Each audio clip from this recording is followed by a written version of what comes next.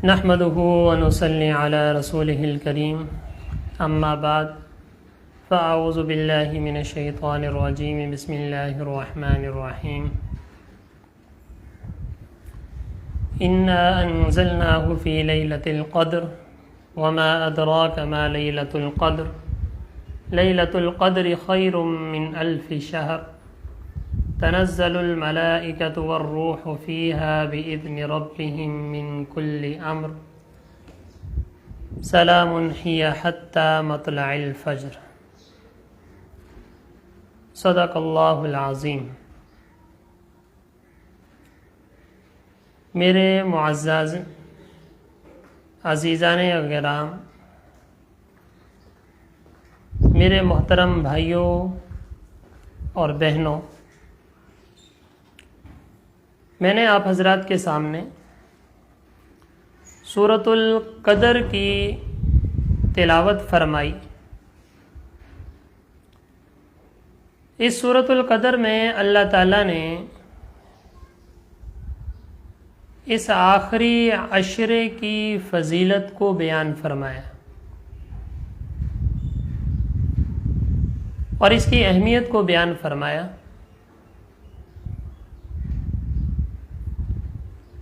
کہ انا انزلناہ فی لیلۃ القدر، کہ ہم نے اس قرآن مجید کو لیلۃ القدر میں نازل فرمایا۔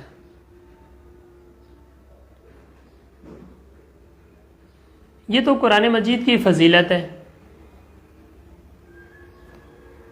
جیسا کہ میں نے پہلے عرض بھی کیا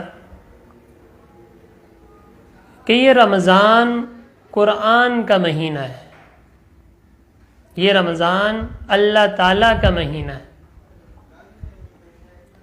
قرآن کا مہینہ اسے کیوں کہا جاتا ہے؟ کیونکہ اس مبارک مہینے میں، رمضان المبارک میں، قرآن مجید کا نزول ہوا، جس طرح کہ سورۃ القدر میں اللہ تعالیٰ نے بیان فرمایا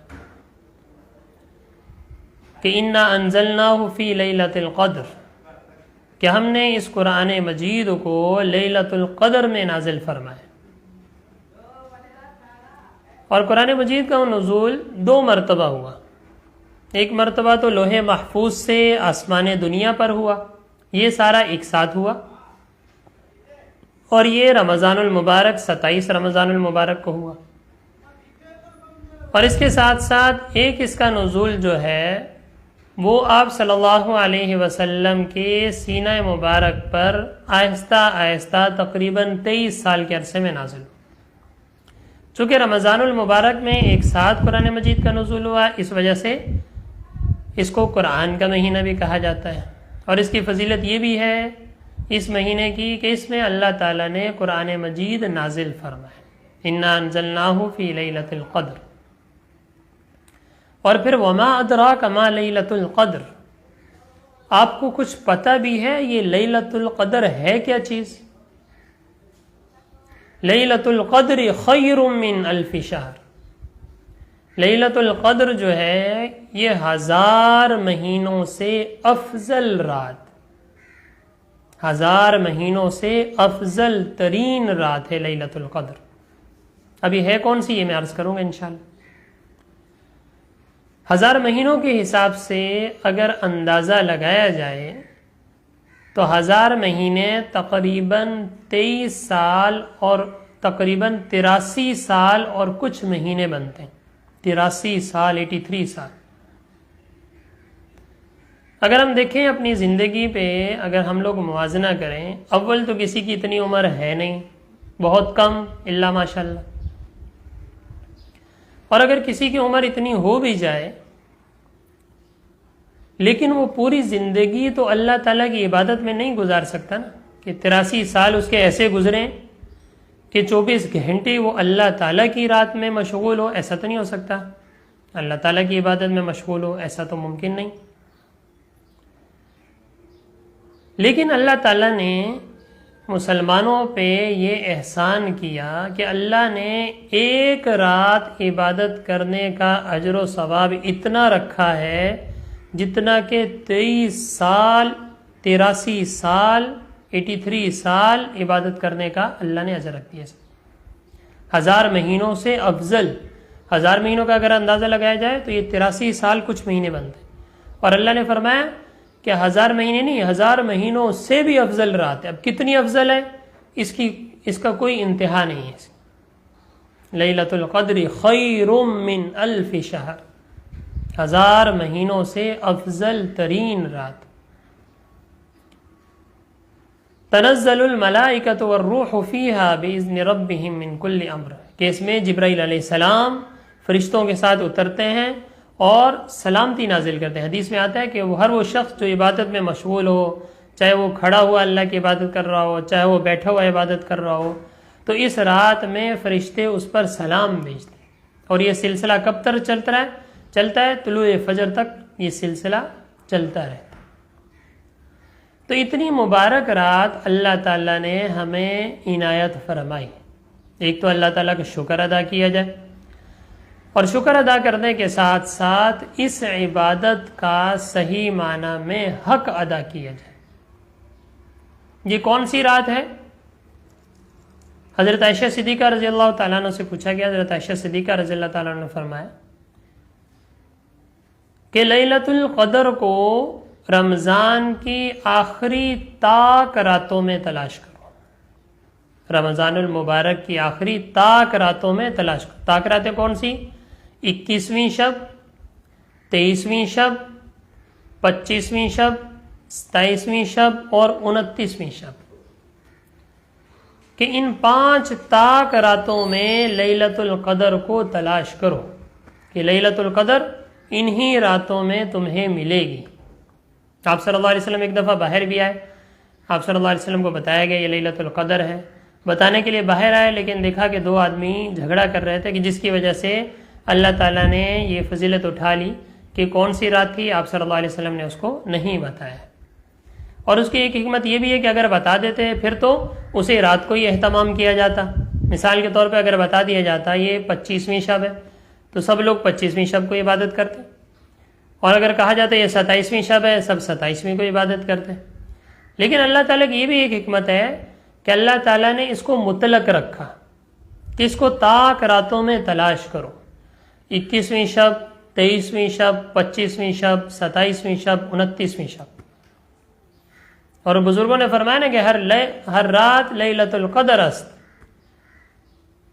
کہ ہر رات جو ہے وہ لیلۃ القدر ہی ہے اگر تو قدر میدانی ہے، کہ اگر تم قدر کر لو تو ہر رات ہی لیلۃ القدر ہے۔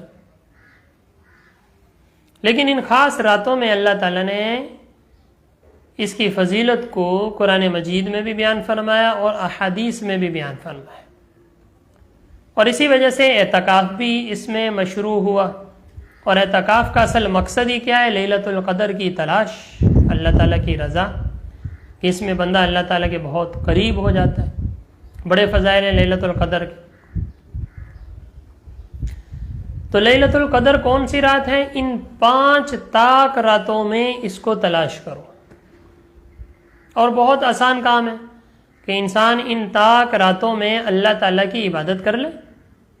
ان طاق راتوں میں انسان عبادت کر لے تو انشاءاللہ اس کو لیلۃ القدر نصیب ہو جائے گی۔ اور ایک رات بھی اگر لیلۃ القدر کی نصیب ہو گئی تو 83 سال، جیسے کہ قرآن مجید میں آیا لیلۃ القدر خیر من 1000 شہر، 1000 مہینوں سے افضل ترین رات ہے، کہ اگر ایک رات عبادت کر لی جائے تو 83 سال عبادت کرنے کے برابر ثواب ہے۔ کون آدمی ہم میں سے جو 83 سال، اول تو پتہ نہیں اتنی عمر ہو کہ نہیں ہو، اور پھر اگر ہو بھی جائے 83 سال تو کیا 83 سال 24 گھنٹے انسان اللہ تعالیٰ کی عبادت میں گزار سکتا ہے؟ بہت مشکل کام کہ انسان اپنی 24 گھنٹے کی زندگی کو ہی دیکھ لے، کتنا گھنٹہ ہم اللہ تعالیٰ کے سامنے جھکتے ہیں، بہت مشکل کام ہے۔ تو ایک رات یہ ایسی اللہ نے ہمیں نصیب فرمائی کہ اس رات میں عبادت کر کے ہم اس فضیلت کو حاصل کر سکتے ہیں، اور یہ آخری طاق راتوں میں ان کو ہم نے تلاش کرنا ہے۔ اب لیلۃ القدر میں کرنا کیا ہے؟ لیلۃ القدر میں اگر کوئی آدمی پوری رات عبادت کرے بہت اچھی بات ہے، بہت فضیلت کی بات ہے۔ یہ 5 راتیں ہیں نا، طاق راتیں، ان میں اگر انسان عبادت کر لے اللہ تعالیٰ کی، 5 راتیں کوئی زیادہ لمبی چوڑی تو نہیں، آدمی افطاری کرتا ہے، روزہ کھولتا ہے، اس کے بعد عشاء کی نماز پڑھتا ہے، تراویح پڑھتے پڑھتے ایک پہر تو گزر جاتا ہے، باقی 2 پہر رہ جاتے ہیں۔ اس میں بھی انسان نے جلدی اٹھنا ہے، 4 بجے 3 بجے، اور انسان اٹھ جاتا ہے۔ 11-12 ویسے ہی انسان کو سوتے ہو جاتے ہیں، باقی 3-4 گھنٹے اگر اس میں بھی اللہ تعالیٰ کی عبادت کر لی جائے تو آرام سے انسان اس پوری رات میں عبادت کا شرف حاصل کر سکتا ہے۔ ویسے عام راتوں میں مشکل ہے، لیکن ان راتوں میں چونکہ ماحول ہوتا ہے تو اس وجہ سے بہت آسان رات ہے اس پہ عمل کرنا۔ لیکن اگر کوئی انسان پوری رات عبادت نہیں کر سکتا، صبح جاب پہ جانا ہے، کوئی اور مجبوری ہے، کوئی اور پریشانی ہے، تو ایسی صورت میں انسان 2 کام کرے۔ ایک کام تو یہ کرے، ایک کوشش یہ کرے کہ اس رات میں مجھ سے کوئی گناہ نہ ہو، کوئی ٹیلی ویژن نہ دیکھیں، کوئی فضولیات میں نہ لگیں، کوئی ادھر ادھر کے کاموں میں نہ لگیں۔ ہاں، آپ اپنی مغرب پڑھیں، اس کے بعد عبادت کریں، عشاء کی نماز پڑھیں، اس کے بعد تراویح پڑھیں، وطر پڑھیں۔ وطر پڑھنے کے بعد جتنا آپ سے ہو سکے اللہ تعالیٰ کی عبادت میں مشغول ہوں، قرآن مجید پڑھیں، تلاوت کا اہتمام کریں، ذکر و اذکار کا اہتمام کریں۔ ہاں، جتنا ہو جائے اس کے بعد بغیر کسی سے دنیاوی بات کی انسان سو جائے آرام سے، اور سو کے انسان پھر تھوڑا فریش ہونے کے بعد پھر اٹھ جائے 3-4 بجے، اور اٹھ کے انسان تہجد کا اہتمام کر لے، صحیح ہے، پھر اس کے بعد سحری کرے، فجر کی نماز جماعت سے ادا کر لے۔ تو حدیث میں آتا ہے کہ جو آدمی عشاء کی نماز جماعت سے ادا کرے اور پھر فجر کی نماز جماعت سے ادا کرے تو اس کو ایسا ثواب ہے گویا کہ پوری رات عبادت کرنے کا ثواب اس کو حاصل ہوتا ہے، بشرطے کہ اس میں انسان کوئی گناہ نہ کرے۔ تو اسی طریقے سے اگر ہم مجبوری ہے کہ پوری رات نہیں عبادت کر سکتے، انسان کو کچھ لمحہ سونا ہے، تو اس کے لیے بہتر یہ ہے کہ انسان جتنا ہو سکے عشاء کے بعد، تراویح کے بعد، وطر کے بعد عبادت کا اہتمام فرمائے، اور پھر اس کے بعد فجر سے پہلے جب سحری کے لیے اٹھتے ہیں، طلوع آفتاب سے پہلے سحری کے لیے اٹھتے ہیں تو اٹھنے کے بعد تہجد پڑھ لے، تھوڑا جلدی اٹھ جائے، 15-20 منٹ تہجد پڑھنے کے بعد سحری کرے، سحری کرنے کے بعد فجر کی نماز جماعت سے ادا کرے، تو انشاءاللہ امید ہے کہ اس کو پوری رات عبادت کا ثواب ملے گا۔ اور جب پوری رات ہماری عبادت میں کاؤنٹ ہو گئی تو اگر یہ رات لیلۃ القدر ہوئی تو اس کو لیلۃ القدر کی فضیلت بھی حاصل ہو جائے گی۔ کتنا اللہ تعالیٰ نے ہمارے لیے دین کو آسان فرما دیا۔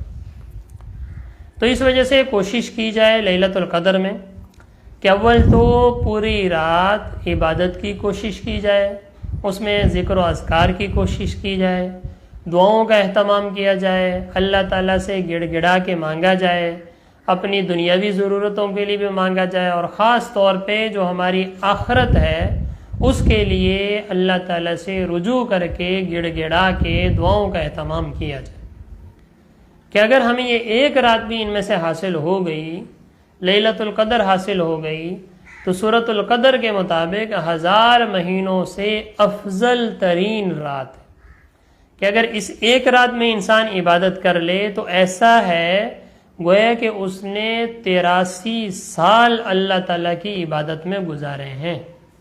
اتنی بڑی فضیلت، 83 سال کہاں ہم اللہ تعالیٰ کی عبادت کر سکتے ہیں؟ اگر کوئی کسی کو اتنی لمبی عمر مل بھی جائے، 90 سال 83 سال، تو 83 سال وہ پیدائش سے لے کے وفات تک کیا وہ اللہ تعالیٰ کے سامنے سر بسجود رہا؟ کیا وہ 24 گھنٹے اللہ تعالیٰ کی عبادت میں مشغول رہا؟ نہیں، بڑا مشکل کام ہے۔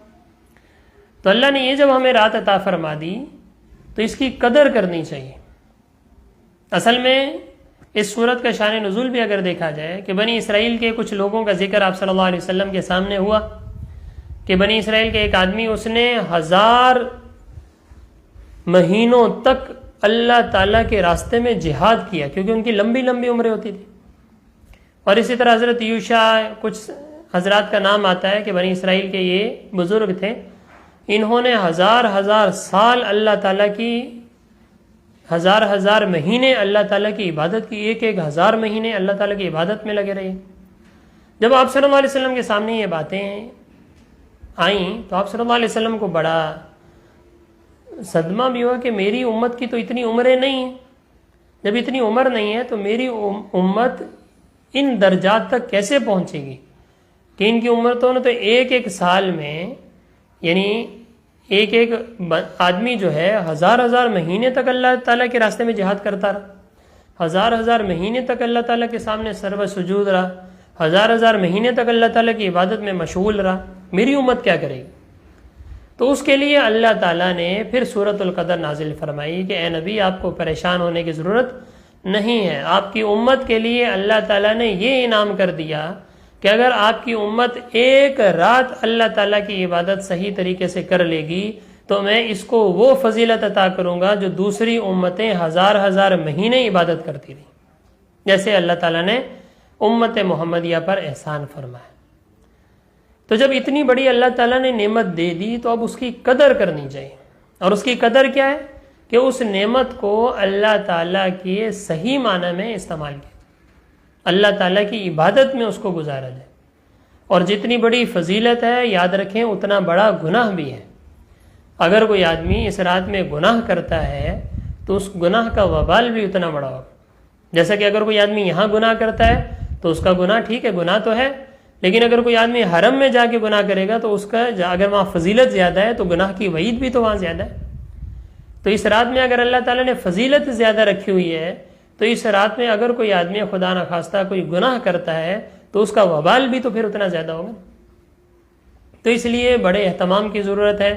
ایک تو اس رات میں گناہوں سے بچنے کا مکمل اہتمام کریں، ایک رات ہے گناہوں سے بچنے کا اہتمام کر لیں، کوئی ہم فضولیات میں نہ پڑیں، کوئی ہم دیگر چیزوں میں نہ پڑیں، لغو چیزوں میں نہ پڑیں، کسی اور چیز میں گناہوں میں ملوث نہ ہوں۔ ہاں اللہ تعالیٰ کے ذکر و اذکار میں عبادت میں جتنا ہو سکے وقت گزارا جائے، ایک تو گناہوں سے بچا جائے، دوسرا اس رات میں اگر ہو سکے تو مکمل عبادت کی کوشش کی جائے، وگرنہ جس طرح میں نے کہا کہ عشاء کی نماز تراویح وتر جماعت سے پڑھیں، فجر بھی جماعت سے پڑھیں، اور باقی وقت جو ہے جتنا ہو سکے اللہ تعالیٰ کی عبادت کریں، تہجد پڑھیں، اور باقی جو وقت ہے اگر چپ چاپ بغیر گناہ کیے سو جائیں تو تب بھی یہ فضیلت ہمیں حاصل ہو جائے۔ اور خواتین بھی اس چیز کا اہتمام فرمائیں کہ گھروں میں افطاری کے بعد دیگر چیزوں میں نہ لگیں، عشاء کی نماز پڑھیں، وطر پڑھیں، تراویح پڑھیں، اور اس کے بعد جتنا ہو سکے اللہ تعالیٰ کی عبادت میں مشغول ہوں، اور پھر سحری افطاری سے پہلے تہجد بھی پڑھ لیں، سحری افطاری بنائیں۔ ان کا سحری افطاری بنانا یہ بھی تو بڑی فضیلت کی بات ہے کہ روزہ افطار کروا رہی ہیں، ساری صبح محنت کر رہی ہیں، رات کو محنت کر رہی ہیں، تو ان کے بھی اللہ تعالیٰ نے بڑے اجر و ثواب رکھا ہے۔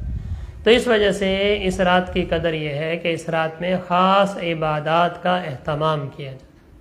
اللہ تعالیٰ سے دعا ہے کہ اللہ تعالیٰ ہمیں عمل کرنے کی توفیق عطا فرمائے، اور اللہ تعالیٰ ہمیں جتنی راتیں ہیں تمام کی قدر کرنے کی توفیق عطا فرمائے۔ اللہ تعالیٰ ہمیں شب قدر کی عبادت نصیب فرمائے، اللہ تعالیٰ ہمیں اپنی رضا اپنا قرب نصیب فرمائے۔ اور یہ بھی دعا ہے کہ اللہ تعالیٰ ہمیں ایسی اور بھی رمضان المبارک اور لیلۃ القدر مزید اللہ تعالیٰ نصیب فرمائے۔ وآخر دعوانا ان الحمد للہ رب العالمین۔